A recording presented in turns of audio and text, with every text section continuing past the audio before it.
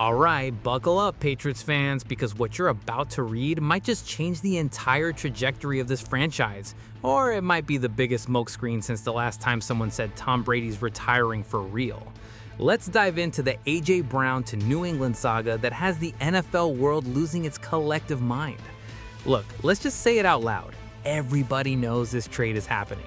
Like, we're not even pretending anymore. Albert Breer, the guy who actually knows things, basically called it a fait accompli. For those of us who didn't minor in French, that means it's basically done, stop asking.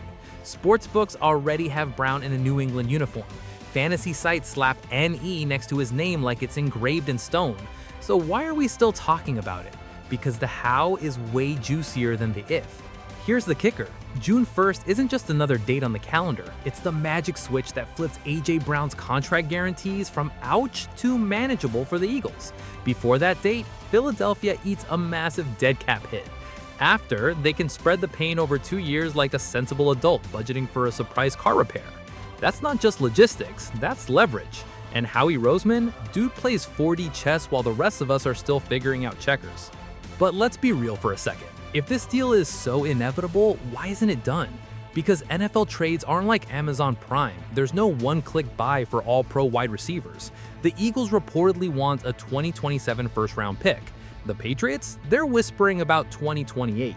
That one-year gap might sound petty, but in NFL draft capital, that's the difference between building a dynasty and buying a participation trophy. And don't even get me started on the other team's narrative. Yeah, sure, the Chiefs, Bills, Rams, Chargers all had their shot. But let's call this what it is, a two-horse race where one horse hasn't shown up to the track. New England is the only team that's actually been banging down the door. Everyone else, they peeked, shrugged, and went back to scrolling Twitter. Now, here's where it gets spicy. What if the Patriots knew this was coming? Think about it. 7 rounds of the NFL draft, 0 wide receivers selected. 0. Elliott Wolf says it's just how the board fell, but come on. When you're rebuilding around a young quarterback like Drake Maye, you don't accidentally skip the most important position on the field. That's not bad luck, that's strategy. And then there's Kayshon Boutte, the guy who's been mentioned in trade rumors for months, entering the final year of his rookie deal, and mysteriously absent from voluntary workouts. Coincidence? Maybe, but in the NFL, voluntary absences often speak louder than press conferences. What if Boutte already knows his role in this story isn't as a starter, but as a footnote? Let's talk about the elephant in the room, Mike Vrabel. The reunion angle isn't just a cute storyline, it's the emotional engine driving this whole deal.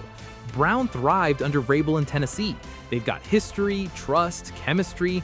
Bringing that dynamic to Foxborough isn't just about adding talent, it's about importing a proven connection in a locker room that's been searching for identity since the Brady era faded. But hold up, what about Drake Maye? Because let's be honest, this whole move lives or dies based on whether Brown can elevate a rookie quarterback or if Maye gets swallowed by the pressure of carrying a superstar's expectations. Is Brown the missing piece, or is he another high-priced veteran who expects the QB to bend to his rhythm? That's the question nobody wants to answer yet. Here's the controversial take nobody's saying out loud. What if the Eagles don't trade him? I know, it sounds crazy when the odds are stacked like this, but Roseman is a master of the unexpected. What if Philadelphia looks at that 2027 first-rounder New England is offering, laughs, and says, nah, we're keeping our guy? Suddenly, the fait accompli becomes the fake-out of the century.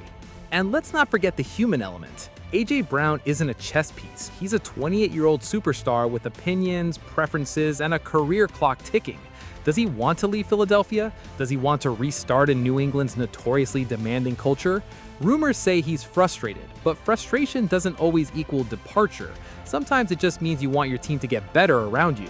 Now imagine this, June 1st comes and goes, no trade, the market crashes, Patriots fans riot on Twitter, Eagles fans celebrate like they just won the Super Bowl, and Brown, he shows up to camp, drops 1,200 yards, and makes everyone who doubted his commitment look silly. That's not just a plot twist, that's a Shakespearean drama with shoulder pads. But let's say the trade does happen. What then? Brown in a New England uniform changes everything. Overnight, New England goes from interesting rebuild to legitimate playoff threat. Drake Maye gets a true WR1 who commands double teams. The offense finally has a vertical threat that defenses can't ignore. Suddenly, that 2027 or 2028 first-round pick doesn't feel like a loss, it feels like an investment. Still, here's the cold truth. Blockbuster trades rarely go exactly as planned. Injuries happen, chemistry takes time, cap consequences ripple further than anyone expects. Remember when Odell Beckham went to Cleveland or Antonio Brown to Tampa? Star power doesn't automatically equal success. The Patriots aren't just acquiring Brown, they're betting their near-term future on a single high-stakes roll of the dice. So where does that leave us? On the edge of our seats, waiting for June 1st like it's the season finale of our favorite show.